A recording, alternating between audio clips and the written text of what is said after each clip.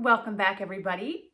Thank you for joining me. I want to remind you and encourage you to join me every week on Wednesdays for Wellness Wednesdays, in which I am going to cover a topic using the Ayurvedic perspective. So, what is this brilliant science that is over 5,000 years old and that has treated probably billions of people at this point have to say about things?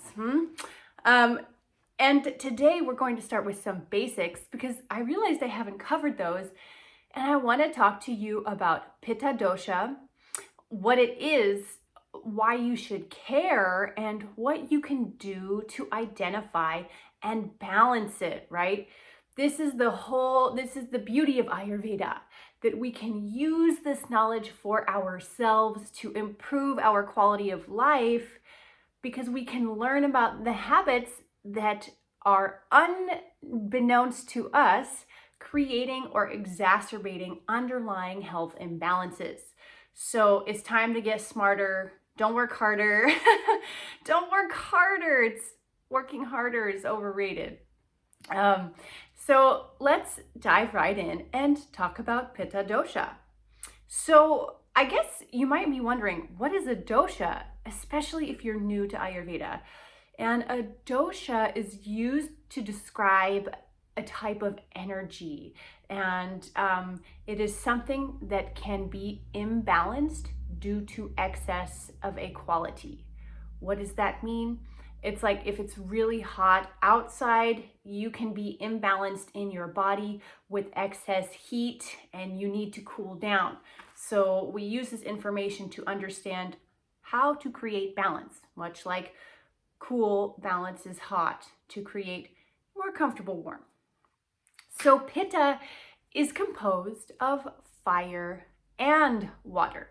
And I often hear it taught as just fiery, but I think a more comprehensive analysis is that it is volatility, especially when imbalanced. Pitta people are volatile by nature. And, when you think about it, it makes sense because fire and water is this uneasy relationship, right? Those are opposites. So when you're Pitta dominant, you might, especially if imbalanced, feel this kind of uneasiness, and it'll come out as like wanting to fight with people or get really competitive. So that brings me right into, how do we identify Pitta dosha in ourselves and in others? Well, every single person has Pitta dosha, but to varying degrees, right? There are 3 doshas, of which Pitta is one, and we need all of the elements in order to exist. However, Pitta is really identified by build. So Pitta is medium build, can get very muscular, like defined, more than Vata or Kapha can. Oily skin, competitive nature. Often you'll see reddish hair, light colored eyes, even that like piercing blue, you probably know someone like that where you're just like, whoa, very strong gaze. They will look at you directly. Hopefully they will blink. I've definitely met Pitta people before where I was like, wow, I'm really glad I understand what this dosha is, because then I know why they're talking to me like this and not blinking and staring at me intensely. It's not personal. That's how they are. This is the nature of Pitta. And classically, it's described as those people who are competitive in their career. So they really want to be the best. They want to excel. They care a lot about how they look. Pitta is a very visual dosha, so everything has to be just right? That's a very well-dressed person who, if there's a speck, they don't like it. They can't handle it. This is Pitta. Pitta, when imbalanced, is very controlling, can be kind of a dick. because they're aggressive. Like, again, remember there's this volatile nature, so they can be intense. However, when balanced, Pittas are great leaders because they're good about thinking about kind of the organization, right? This is Pitta. Pitta is super organized, in contrast to like a more creative Vata who's like, how do I feel? And Kapha that's just like, cool, I'm chilling. So these are some of the psychological characteristics of Pitta. And you probably would like to know, how does this increase or decrease in a person and why? So doshas don't just exist in our bodies, they exist in the environment. And there are a number of Sanskrit words used to describe our environment, but you don't need them. Basically, if you live in a place like, for example, I live in Los Angeles, California, it's very hot and dry, so this increases the fiery component of Pitta. However, you can also live in a place that's damp and increase the water component of Pitta. So this is present all around you. And summer season in the US, in Los Angeles, is ruled by Pitta and Vata. So the dosha that rules the season varies because, man, the climates are so different everywhere.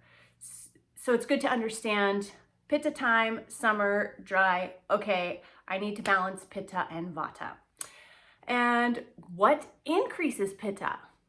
It's spicy stuff like these chili peppers, sour flavor, yes. Limes are good. Limes are actually cooling, but don't have lemons right now. Like lemonade, pretty much the worst drink you could have in the summer. Just because you drink it ice cold doesn't mean it actually has a cooling effect on your body, right? You can put a jalapeno in your freezer, you eat it, it's still gonna burn. So lemonade is heating, don't do it. Stick with limes. So a lot of it's about your diet. It's also about your lifestyle. If you really have a Pitta imbalance and you're constantly like battling with people, what can you do to balance that? You need to chill, like you need to relax.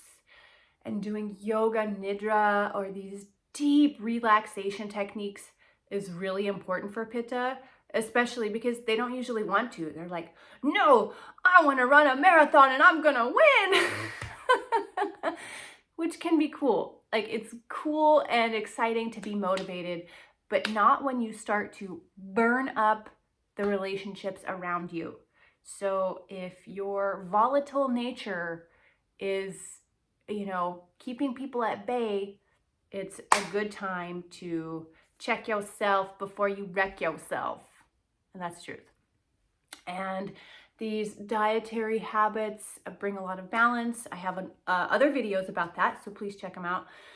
And working with a practitioner, there are some amazing herbs that can really reduce that volatility, and Ayurvedic therapies. So if that's the route you want to go, reach out to me. I do take some clients, or I can give you a wonderful referral. And last but not least, no matter what your dosha is, love yourself, learn about yourself, and be compassionate, right? Because the point of learning all this stuff is not to be judgmental or hyper-focused on what's Pitta or what's not. It's to educate and understand where people are coming from. Like, one of the coolest things about studying Ayurveda for me has been I can understand people a lot more and not take things so personally, right? When people get upset, when they behave in certain ways, there's a root cause for it that doesn't have to do with you or even the situation at hand, right? It's based on past emotional states, habitual neurological pathways, like that. So just be kind and compassionate to yourself and others. We're all doing our best. All right. Thank you for joining. Please remember to subscribe to my YouTube channel YouTube. Follow me on Instagram at Siddha Labs and drop me questions, comments below. I want to know what you want to know, what wasn't clear, what you'd like to know more of. I'm here to serve. Thank you for listening.